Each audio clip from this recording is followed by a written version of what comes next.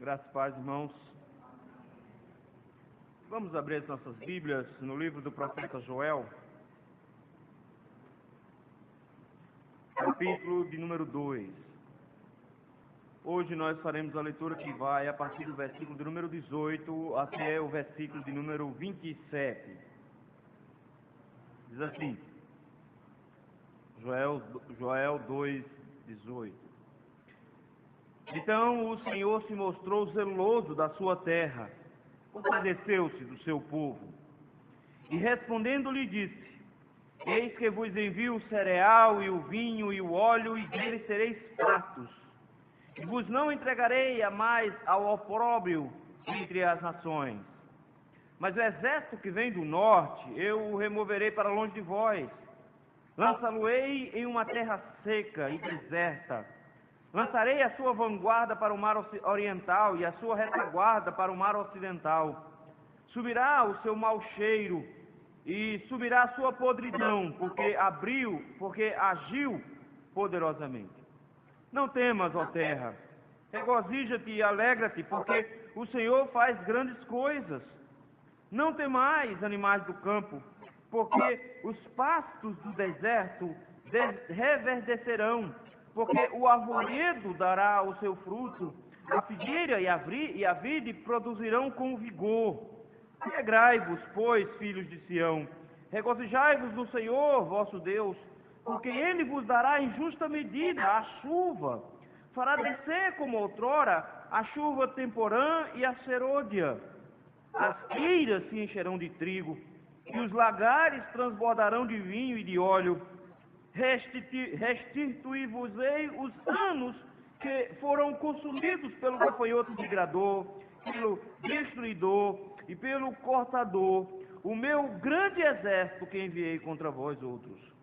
Comereis abundantemente e vos fartareis, e louvareis o nome do Senhor vosso Deus, que se ouve maravilhosamente convosco, e o meu povo jamais será envergonhado. Saberei que eu estou no meio de Israel, e que eu sou o Senhor vosso Deus, e não há outro, e o meu povo jamais será envergonhado. Vamos lá? Deus, muito obrigado, Senhor, pela tua presença entre nós, pela certeza que temos de que o Senhor ouviu as nossas orações, que o Senhor ouviu os nossos louvores oferecidos ao Senhor. Nosso pedido é que o Senhor tenha recebido-os de bom grado pela misericórdia e graça que o Senhor possui. Nesse instante, ó Senhor, nós humildemente nos sentamos aos teus pés. Necessitamos, ó Senhor, de ouvir a sua voz. Como nós aprendemos hoje de manhã, Senhor, a tua palavra é relacionamento. E se o Senhor não falar, o Senhor estará sem relacionamento conosco. O seu povo, meu Deus, espera ouvir a sua voz nesse instante. Por isso, Senhor, fala conosco, meu Pai, e nós humildemente e em silêncio te ouviremos. Muda os nossos corações, Senhor. Não permita que as preocupações do dia a dia, as tentações do dia a dia, nos tire, Senhor, a atenção que deve estar totalmente focada em Ti. Nem nos permita ter um coração duro, Senhor, a ponto de não ouvirmos a Sua voz. Maleia-nos, ó Senhor, nesse instante, de forma que sejamos moldados da forma do Teu querer. No nome de Jesus Cristo é que nós te rogamos isso. Amém. Charles Spurgeon, meus irmãos, foi um pregador batista inglês, considerado um dos maiores pregadores da atualidade, conhecido como o príncipe dos pregadores. Ele disse uma coisa interessante, ele disse: é impossível devolver o tempo que passou, mas é uma forma estranha e maravilhosa que Deus tem de lhe devolver as bênçãos desperdiçadas e os frutos não amadurecidos de anos sobre os quais você se lamentou. É uma pena que esses anos tenham sido devorados pelos gafanhotos de sua insensatez e negligência. Mas isso aconteceu. Não perca a esperança. Não perca a esperança a respeito desses anos que você desperdiçou. É sobre isso que o nosso texto está falando, meus irmãos, sobre anos desperdiçados, mas anos que o Senhor há de nos restaurar. O povo de Israel não deixou de ser indigno, eles continuam indignos. O Senhor, meus irmãos, continua irado contra o seu povo. Mas há uma guinada desde domingo passado. Nós vimos, meus irmãos, nesse mês, que o Senhor estava tão irado com Israel, a ponto de, no início do capítulo 2, olhar para Israel e conclamá-los a uma guerra. Ele manda que toque-se trombeta em Israel, porque ele está enviando o seu exército, e o seu exército é tão poderoso, formado por gafanhotos, que irá destruir a todos, de forma que, por onde ele passar, mesmo que haja um Éden, um paraíso, vai ser transformado num deserto. As pessoas do campo sofrerão porque não teriam comida, as pessoas da cidade também não teriam, e ainda teriam desespero, porque ele disse que eles entrariam em suas casas, tirariam a sua paz, destruiriam toda a cidade. O princípio que o Senhor começa a nos levantar é de que o Senhor, de repente, estava tão irado contra o seu povo, e que sua ira iria se manifestar agora em juízo. E ele faz questão de dizer que esse juízo que ele iria levantar contra o seu povo era tão duro e tão forte, a ponto de que nenhum dos idosos iriam se lembrar de jamais ter ouvido uma coisa como essa. E ele conclama todo o povo a ver que nunca eles veriam um castigo tão grande como se daria para esse povo nessa época. Mas em meio a um anúncio de uma guerra tão violenta, onde Deus é o inimigo do seu povo, onde o Senhor, por exemplo, no versículo 11, anima gafanhotos contra o seu povo, como um general na frente do seu exército, anima o seu exército para a guerra. A partir do versículo número 12, nós vimos na semana passada que o Senhor dá uma chance para o povo. E o Senhor manda que o povo abra os olhos para a situação, e contemplando agora a gravidade do problema que eles enfrentam, arrependessem-se dos seus pecados. Eles deveriam orar ao Senhor e rogar ao Senhor a sua misericórdia. O seu arrependimento deveria ser rápido e deveria ser sincero. Eles não podiam, de forma alguma, fingir diante do Senhor. Todos, indistintamente, deveriam se apresentar ao Senhor em arrependimento e oração. Eles deveriam proclamar um jejum em Israel. Eles deveriam se cobrir de panos de sacos. Eles deveriam ter uma assembleia solene. Todas as pessoas de Israel deveriam rogar ao Senhor misericórdia, desde os mais velhos, aliás, começando pelos mais velhos, porque eles, por serem mais velhos, deveriam ter mais juízo, instruído o povo, e não deixado que o povo caísse em pecado, mas eles assim não fizeram. Era para eles começarem o arrependimento, era para partir por todas as pessoas o arrependimento, chegando até crianças, e não só crianças, mas crianças de peito, elas deveriam ser levadas também ao jejum e a rogar ao Senhor misericórdia. O Senhor termina dizendo que os próprios sacerdotes deveriam exercer o seu papel e rogar a Deus compaixão, porque talvez se eles pedissem a Deus misericórdia, Deus usasse de misericórdia para com eles. E isso é o que é mais bonito na história de Israel e na nossa história. É o fato que o nosso Deus é misericordioso. Foi isso que dificultou a ida do profeta Jonas para Nínive. Porque quando Deus o chama para Nínive, para pregar a Nínive, ele diz: eu não queria ir, porque eu sabia que o Senhor é Deus misericordioso e compassivo, e que se eles se arrependessem, o Senhor não os castigaria. Jonas sabia que o Deus a quem ele servia ouvia as orações daqueles que estavam profundamente arrependidos. Por essa perspectiva, meus irmãos, ele começa a nos mostrar de que, de alguma forma, o povo de Israel entendeu a necessidade de buscar ao Senhor, entendeu a necessidade de rogar ao Senhor o perdão e a misericórdia. E esse momento aqui será um momento especial para Israel. Ao que tudo indica, foi essa situação aqui que motivou o salmista a escrever o Salmo 126. Porque lá no Salmo 126 ele diz: com efeitos, grandes coisas fez o Senhor por nós, por isso estamos alegres. E ele diz isso no versículo 21, não temas, ó Israel, alegra-te, porque o Senhor faz grandes coisas. Parece que é o mesmo conceito, de forma que ele de repente olha para toda a situação e diz: vamos nos alegrar, porque o Senhor vai mudar as nossas sortes. O Senhor vai nos restaurar. O Senhor mostra toda a sua graça, toda a sua misericórdia para o seu povo. E em meio a essa graça, meus irmãos, ele traz uma série de promessas. Pelo menos 3 promessas nesse texto, para todos aqueles que realmente, sinceramente, prontamente se arrependem e se apresentam ao Senhor com o coração contrito, rogando ao Senhor misericórdia e perdão. 3 promessas para todos aqueles que se voltam para o Senhor. A primeira promessa, meus irmãos, está nos versículos 18 e 19. É a promessa de que suas orações não serão em vão. Versículo 18, o texto já começa dizendo: então o Senhor se mostrou zeloso da sua terra. É interessante, meus irmãos, porque como é que Deus exerceria misericórdia para esse povo tão ruim? O povo não deixou de ser ruim, o povo não deixou de ser mau, o povo nem sequer corrigiu a vida ainda direito.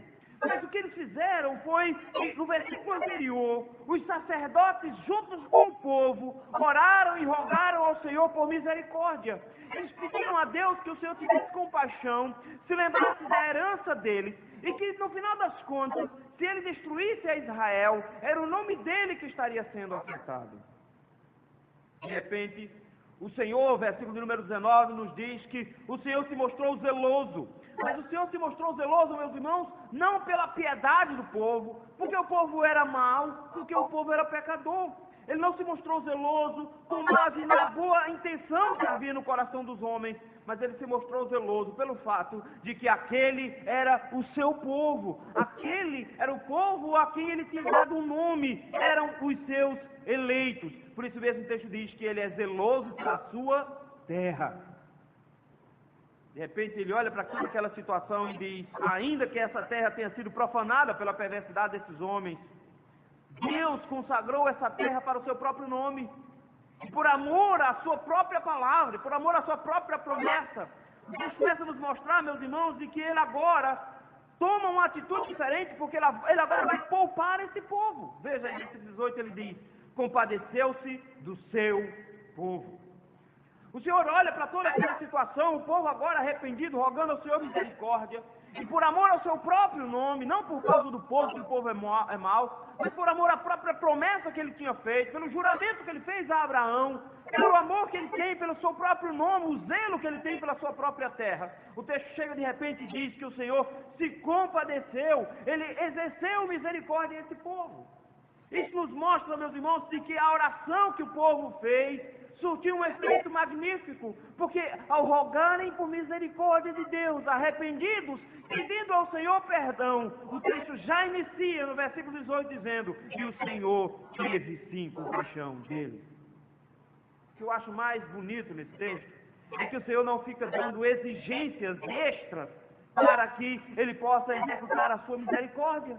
Ele não fica dizendo: olha aqui, tá certo, tá bom, mas vamos ver se a gente resolve essa vida, vamos arrumar essa vida, vamos parar de beber, vamos parar de fumar, vamos ajeitar as coisas, e depois você vir. Ele diz: não, o fato de você estar arrependido e confessar ao Senhor e invocar o nome do Senhor, só o fato de você se apresentar diante dele, sinceramente rogando o seu perdão, já é o suficiente para no versículo seguinte ele estar compadecido desse povo. Ele tem misericórdia do seu povo. Ele olha para toda aquela situação e olha para o povo de Israel e diz: eles ainda são meu povo.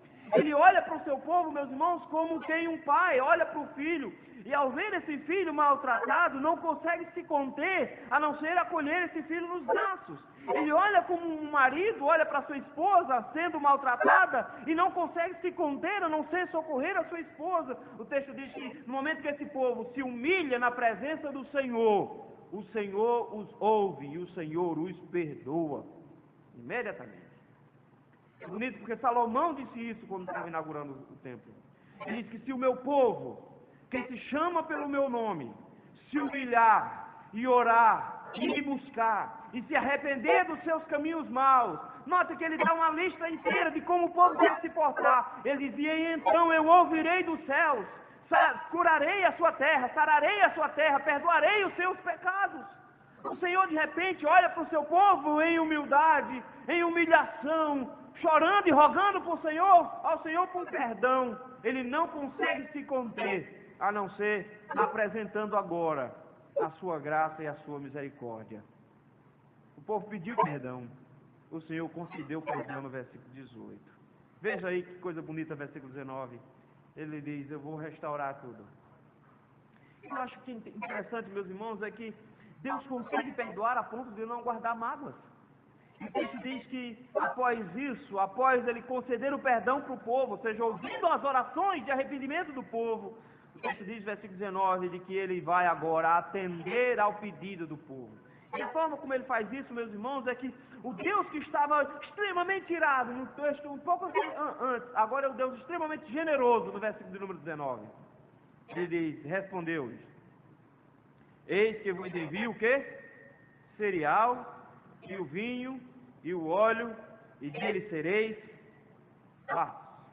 Mesmo Deus que estava declarando guerra, alguns versículos antes, mesmo Deus que disse, não vai sobrar comida para ninguém, porque se a primeira leva de gafanhoto vai comer, o segundo vai comer o que sobrar, e o terceiro vai terminar de limpar. Não vai sobrar comida para ninguém, porque os gafanhotos vão vir em 3 ondas, e eles vão comer tudo que existe, vocês vão passar fome, não vai ter azeite, não vai ter pão, não vai ter comida de qualidade nenhuma. Eu vou tirar tudo de vocês. O povo se arrepende, roga a Deus por misericórdia, e ele agora chega e diz, e eu vou dar comida a vocês, de forma que vocês vão encher a barriga. Vocês vão se fartar. Tudo o que ele disse que ia faltar no início do capítulo, tudo o que ele disse que iria ser destruído, ele agora disse que eles iriam ter. Eles iriam ter cereal, porque ele disse que os gafanhotos comeriam o cereal e eles não teriam. Ele disse, agora vocês vão ter. Vocês vão ter vinho, porque ele disse que os gafanhotos iriam destruir as vinhas, iriam destruir todos os pés de uvas e não ia sobrar nada. Agora vocês vão ter vinho de novo. E mais, até as próprias azeitonas, que iriam ser destruídas da casca, eles agora vocês vão ter azeite de novo.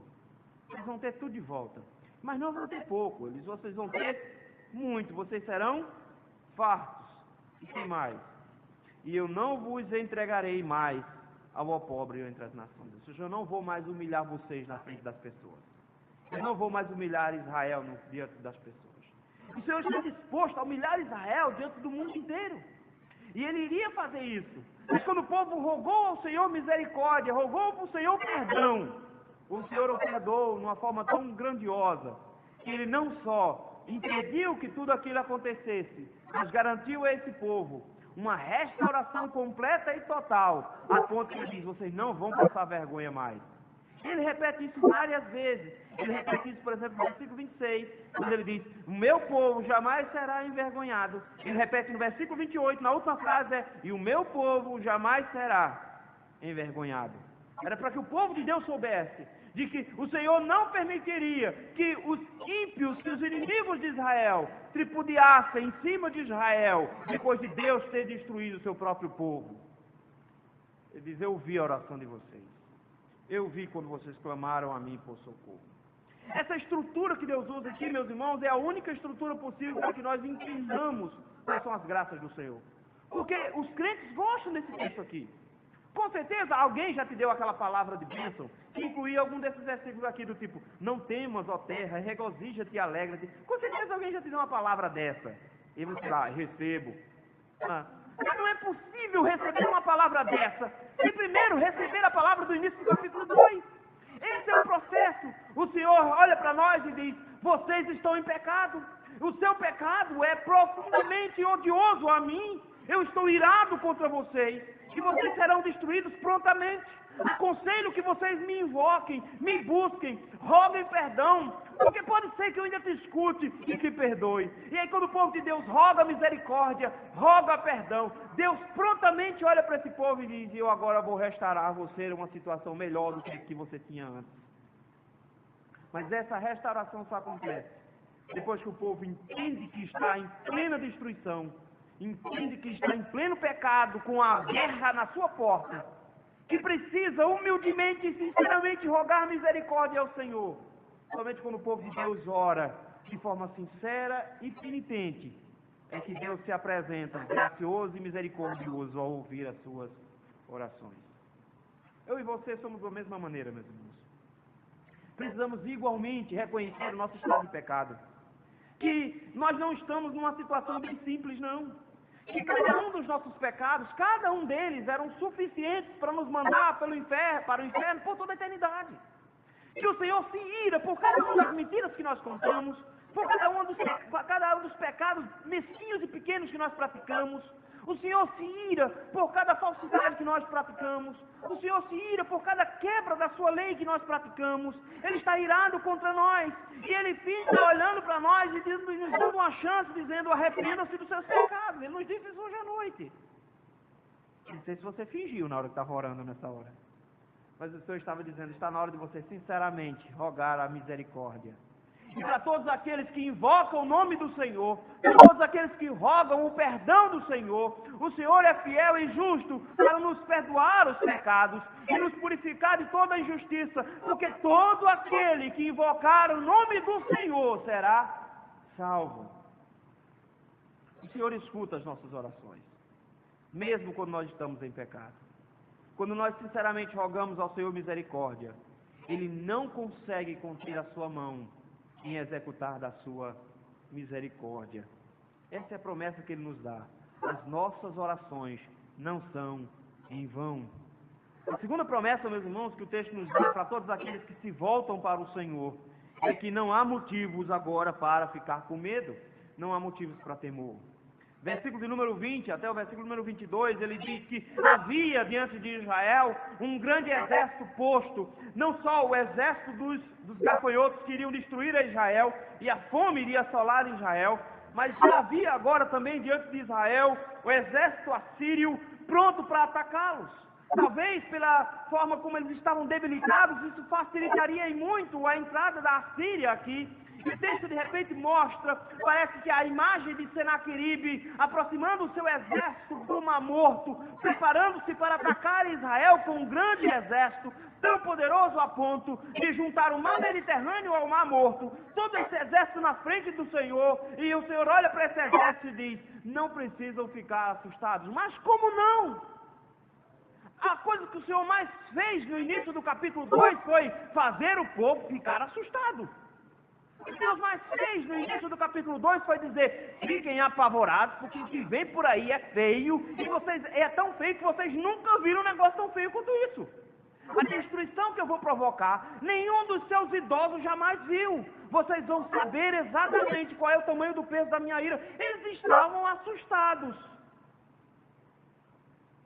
Mas como agora, o texto agora de repente no versículo de número 20, chega e diz, mas o exército que vem do norte, eu removerei para longe de vós. Como acreditar nisso? Como acreditar que Deus se tornou tão generoso de uma hora para outra? Porque o mesmo Deus que disse, eu vou destruir vocês, no início do capítulo, agora chega e diz, eu não vou deixar que ninguém destrua vocês. Espera aí. Essa é uma bipolaridade. Mas na verdade, meus irmãos, o Senhor chega e diz, eu estou me encarregando de cuidar de vocês. Porque quando o povo de Deus se arrepende dos seus pecados e confessa os seus pecados ao Senhor, o Senhor se encarrega de proteger esse povo como antes, como se nada tivesse acontecido. De repente, meus irmãos, nós somos lembrados de que o Senhor, em um único dia, matou 185 mil soldados do exército de Senaqueribe, por causa do versículo número 20. Olha aí. Mas o exército que vem do norte, da Síria, eu removerei para longe de vós. Lançá-los-ei em terra seca e deserta. Lançarei a sua vanguarda para o mar oriental e a sua retaguarda para o mar ocidental. Ou seja, eu vou desbaratá-los em meio a Israel. Subirá o seu mau cheiro, ou seja, eles vão morrer e vai ser tanto morto, 135 mil é muita gente, vai ser tanto defunto que não vai dar tempo para enterrar. E eles vão ficar fedendo no meio do terreno. E o seu mau cheiro subirá e a sua podridão encherá todos os lugares, porque agiu poderosamente. E o Senhor vai guardar o seu povo. O Senhor vai defender o seu povo de novo. É o Senhor lutando no lugar de Israel. É por isso que quando os profetas vão olhar para Deus, eles jamais se viu um Deus assim, que trabalha para os que nele confiam. Um Deus que guerreia no lugar do seu povo. Um Deus cujo povo vai brigar e vai ficar tocando ao redor e andando ao redor de uma cidade. Um Deus que vai brigar, e um povo que vai brigar e fica trancado dentro da sua cidade, enquanto um anjo vai matando os outros ao redor. Um Deus que guerreia sozinho para proteger o seu povo. Na maioria das guerras de Israel, Israel não pegou nem na espada, só foi juntar as coisas que os outros tinham deixado para trás. Vamos colher tesouro. Você diz agora, versículo 21, não temos. Não temas. Mas olha que coisa bonita. Ele começa a falar para o povo, dizendo, não temas, ó terra. Por que, ó terra? Porque ele mostrou o zelo da sua terra, no versículo 18. Ele se lembrou do seu povo. Então não temam, ó terra, não fiquem assustados. Por que não? Porque vocês têm motivos agora de alegria. que contradição. Ele tinha dito que esse povo era para chorar. Versículo de número 17, ele diz, chore os sacerdotes. Ele diz, chore todo mundo. É para todo mundo rasgar o coração, versículo 13. É para todo mundo estar entristecido. Eu quero ver todo mundo lamentando. Agora que esse povo se arrependeu. Ele olha para esse povo e enxuga os olhos desse povo. Porque esse povo tem lágrimas justas em seu rosto. É a lágrima do arrependimento. E ele agora olha para o rosto molhado desse povo que estava chorando por arrependimento e diz, é hora de ficar feliz. Alegrem-se. Alegrem-se, façam festa. Regozija-te e alegra-te. Sabe por quê? Porque o Senhor faz grandes coisas. O Senhor faz grandes coisas. É por isso que o salmista diz, grandes coisas fez o Senhor por nós. Por isso estamos alegres. De repente o Senhor olha para o seu povo e diz, o gafanhoto não vai causar mais a destruição do tamanho que eu disse que ia causar. O exército que está tentando invadir, eu vou destruí-los antes mesmo que eles entrem. Eu vou proteger todos vocês. Vocês não precisam mais ficar com medo. Porque no momento que vocês rogaram misericórdia e perdão, a minha misericórdia, a minha graça atuou, de forma que eu retirei completamente a minha ira. E a única coisa que sobra para vocês agora é generosidade. E o que eu concedo a vocês agora é alegria e júbilo. Porque eu vou fazer muitas coisas no meio desse povo. No versículo 22, ele começa a falar com um grupo meio esquisito. Porque no versículo 20 e 21, ele está falando para o povo de Israel. E aí o povo entende. Mas no versículo de número 22, ele começa a falar para bicho. Aí é meio estranho. Mas isso faz sentido. Versículo número 22, ele diz, não tem mais animais do campo. Faz sentido, meus irmãos, porque ele disse um pouquinho antes de que quando viesse a destruição, de quando viessem os gafanhotos, os animais seriam afetados, todos eles morreriam, eles seriam assolados, porque não iria sobrar comida para eles. Eles não teriam comida e, consequentemente, eles iriam morrer também. Então, o castigo de Deus, quando viesse sobre Israel, não ia pegar só adulto, não. Ia pegar adulto, criança e animais. É por isso que, sabiamente, o rei de Nínive, na hora de proclamar um jejum de arrependimento, ele proclama um jejum para que todas as pessoas da cidade jejuassem, inclusive os animais também. Porque os animais vão sofrer se Deus resolver castigar-nos. Até eles vão sofrer. E o Senhor agora chega e fala com animais. Eu acho bonito quando Calvino comenta esse texto. Porque Calvino diz, quando Deus fala com animais, fica muito mais fácil os homens entenderem. Porque quando Deus diz para os animais, não fiquem assustados, não se assustem, não temam animais, porque os pastos do deserto reverdecerão. Ele está dizendo para o povo, se eu vou ter cuidado dos animais, se eu não vou deixar que os animais fiquem com fome, imagina vocês. Se eu estou preocupado até com o animalzinho que está lá no meio do deserto, e eu vou dizer para ele que vai ter comida para ele lá no meio do deserto, imagina com vocês. Deus sussurra para animais, e quando ele faz isso, ele grita no ouvido de um homem. É por isso que ele diz, não temam não fiquem com medo. Vai ter comida no deserto, porque o arvoredo dará fruto, a figueira e a vide produzirão com vigor. Ele volta agora para o povo e diz, se eu estou falando com animais, vocês precisam me ouvir agora. Alegrai-vos, pois, filhos de Sião. Fiquem felizes. Não tem motivo para ficar com medo. Alegrai-vos, regozijai-vos no Senhor vosso Deus. Eu acho bonito porque o apóstolo Paulo pega a mesma expressão. Alegrai-vos sempre no Senhor. Outra vez digo, alegrai-vos. O que de repente o texto começa a nos mostrar é que não mudou muita coisa até então, mas eles têm o Senhor do lado deles agora. Isso é o diferencial, meus irmãos, esse é o grande diferencial. Não são as coisas que estão ao redor, porque Israel ainda está em plena destruição. Mas é porque o Senhor já está do lado de vocês, que vocês já deveriam estar se alegrando. É porque o Senhor já está ajudando vocês, que vocês deveriam estar felizes. Por isso mesmo ele diz, olha, final do versículo 23, ele diz, porque ele vos dará em justa medida a chuva. Ele diz, eu disse para vocês que tirar tudo de vocês, mas agora estou dizendo que vou devolver tudo a vocês. E como é que eu vou devolver? Com estações bem organizadas. Olha que coisa. Você está dizendo, eu vou dar as chuvas na época certa. Porque a colheita, basicamente, precisava de 2 períodos de chuvas. O primeiro período, logo quando se planta, e um segundo período pouco perto da colheita. Essas duas chuvas são o que ele diz que vai mandar. Ele diz que vai mandar a chuva temporã e a chuva seródia. São duas chuvas, uma no início da plantação e uma perto da colheita, para que os frutos ficassem maiores. De alguma maneira o Senhor está dizendo, eu vou cuidar para que tudo que vocês perderam sejam a vocês restituídos, para que vocês não passem nenhuma necessidade. Por isso não há motivo para vocês terem medo. Eu vou cuidar de vocês. Da mesma maneira nós, meus irmãos. Para todos aqueles a quem o Senhor concedeu a graça de reconhecerem os seus pecados. Para todos aqueles que o Senhor concedeu a graça de arrependimento.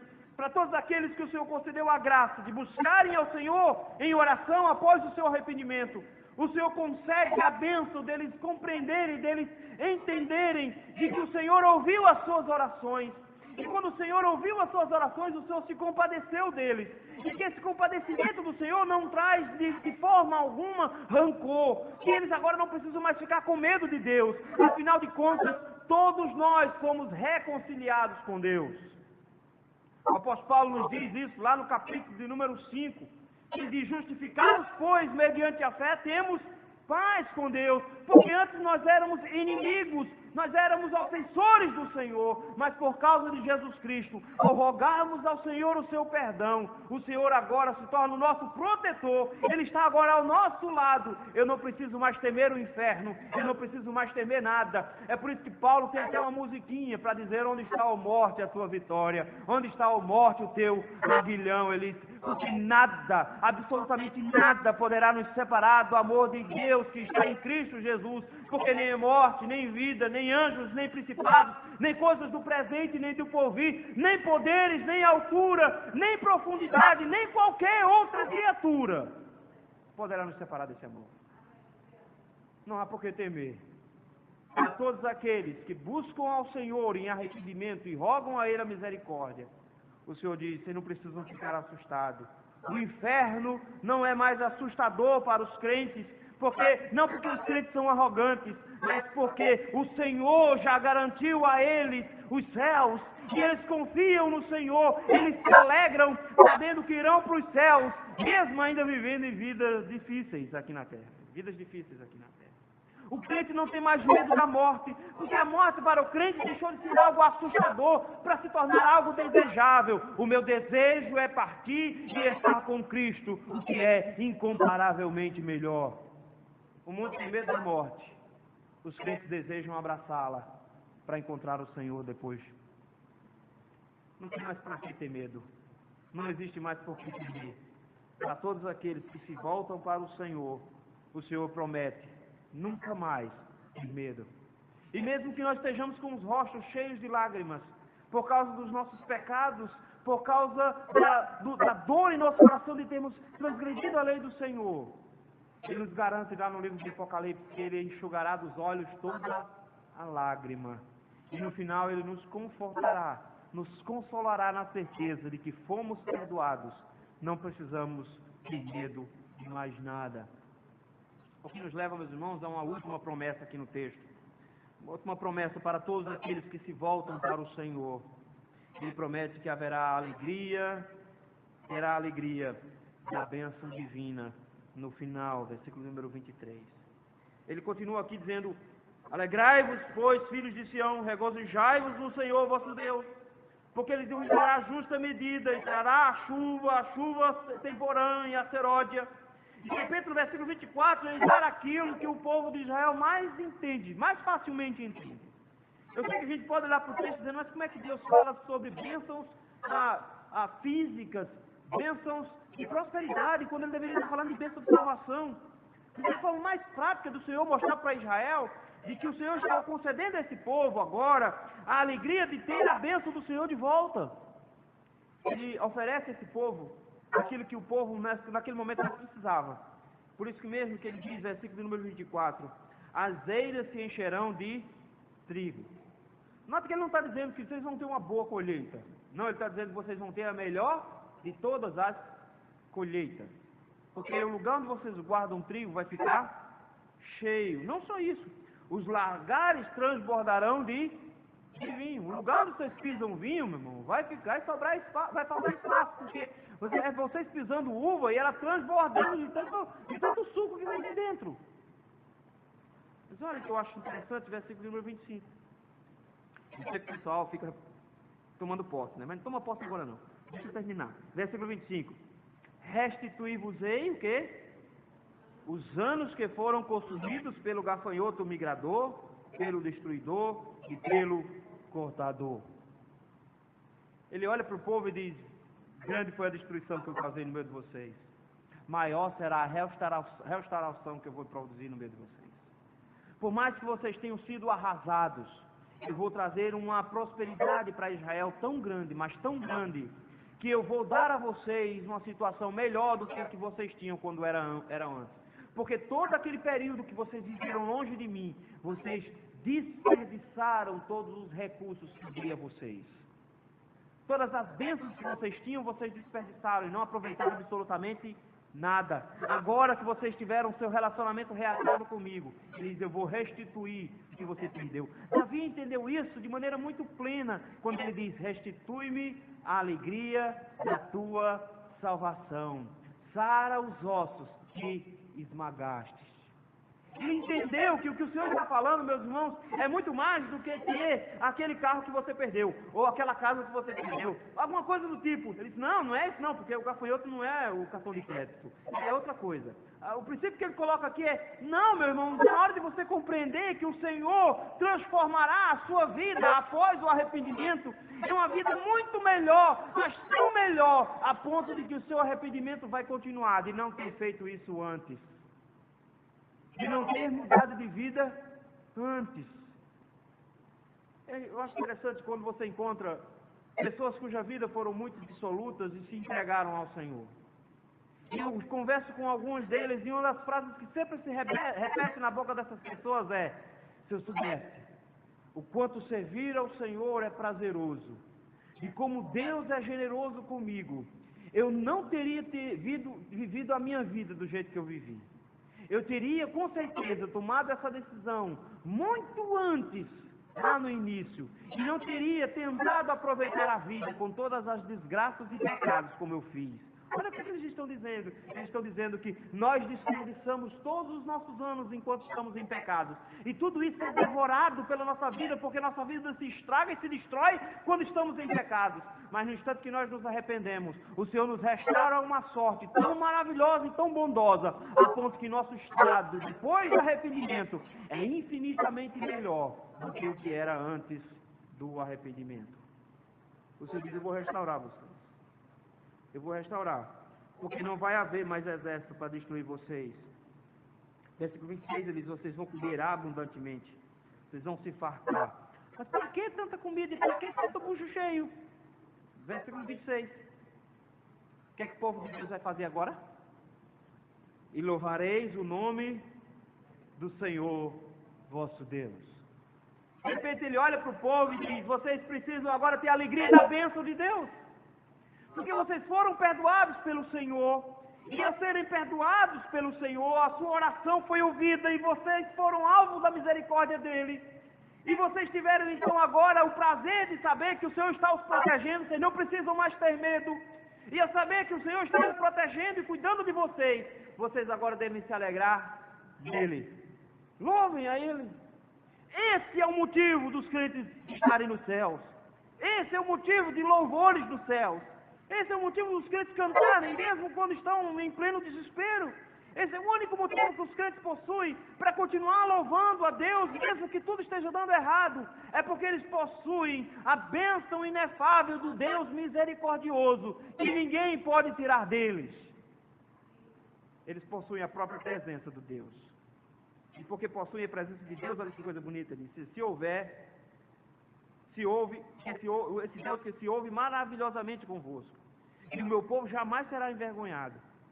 E quando eu olho essa expressão que ele repete, ele faz questão de repetir, porque no versículo 27 ele diz: sabereis que eu estou no meio de Israel, que eu sou o Senhor vosso Deus, não há outro, o meu povo jamais será envergonhado. Eu olho para essas duas vezes que aparece essa expressão aqui, e não tem como olhar para Apocalipse. Porque lá em Apocalipse nós temos uma igreja sendo perseguida e quase destruída por Babilônia. dela sendo massacrada e o sangue do seu povo sendo pedido pela grande meretriz. E o povo de Deus rogando misericórdia, dizendo: Senhor, o Senhor não pode deixar isso acontecer, não pode ficar impune isso.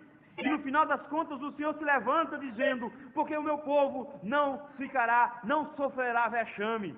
É o Senhor se levantando e dizendo: o meu povo não vai passar por vergonha, porque mesmo que ele agora seja destruído, mesmo que nós agora sejamos vítimas de escárnio, mesmo que as pessoas fiquem rindo dos crentes, porque os crentes ficam tudo atrasadão, não tem esse negócio de ideologia de gênero, não concorda com essas coisas, são todos atrasados, o povo que vive na Idade Média, e mesmo que fiquem rindo de nós, mesmo que meio que fazendo chacota de nós nunca seremos envergonhados, porque no dia que o nosso Jesus aparecer nas nuvens com poder e glória, ele manifestará quem será os seus, e todos aqueles que riram do povo de Deus, que se levantaram contra o povo de Deus, serão plenamente envergonhados e obrigados diante do próprio Deus a reconhecer que Jesus Cristo é o Senhor, porque todo olho verá e toda língua confessará que Jesus é Senhor.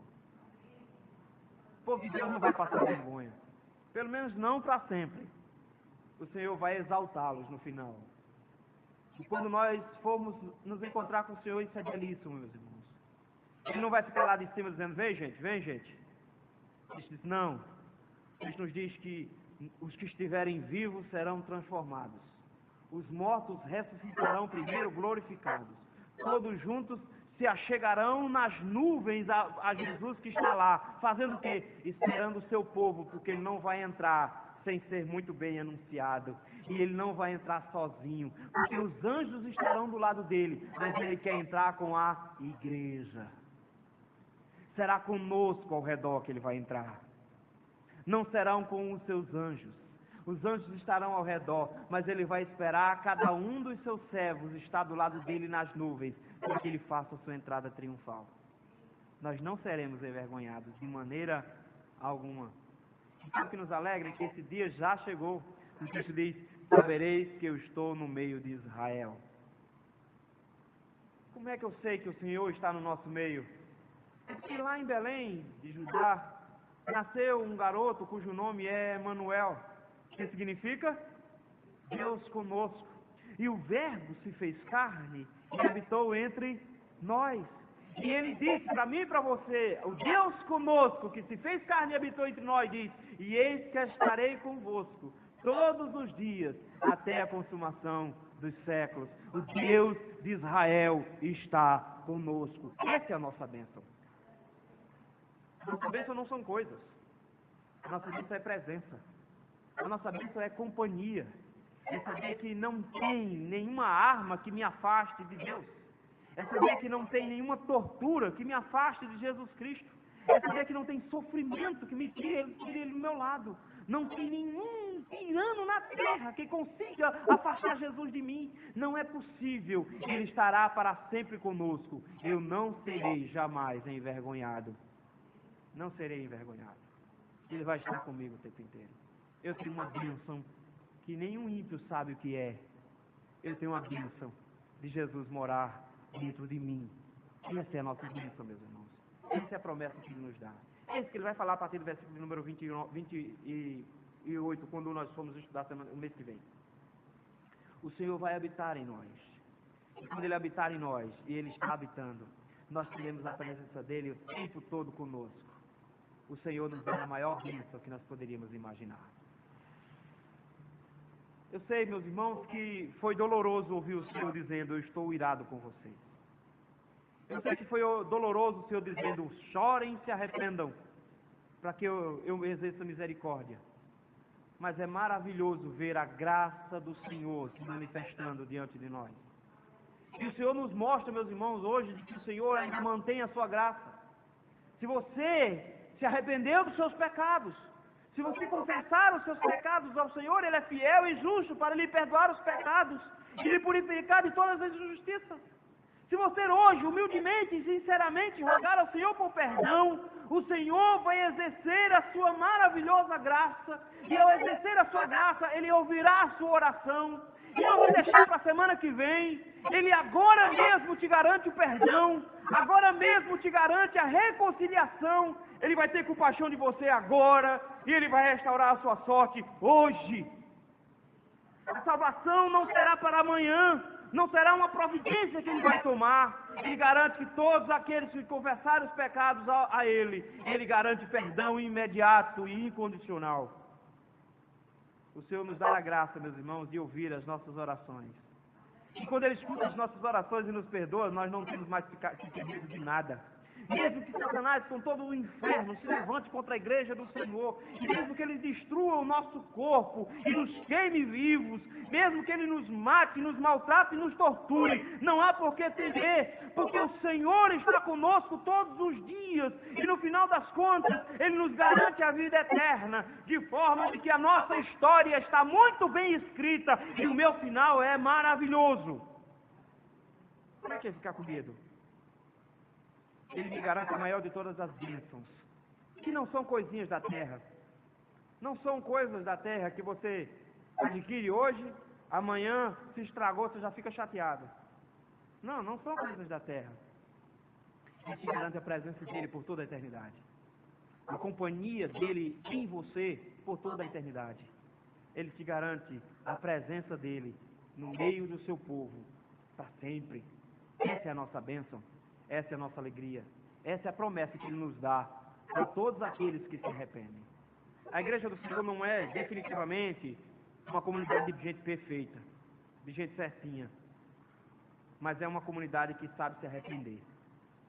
E toda vez que a igreja do Senhor se arrepende e ora, o Senhor escuta a sua oração, promete que eles não deveriam ter se assustado com nada, os protege e os guarda até o dia que Ele há de retornar.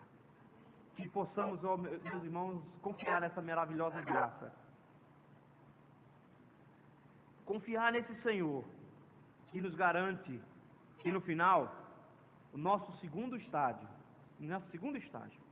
será melhor do que o primeiro. Nossa segunda situação, após arrependimento, será infinitamente melhor do que nós jamais sonhamos ou pensamos. Maravilhosa graça, maior que o meu pecado. Como poder cantá-la? Como hei de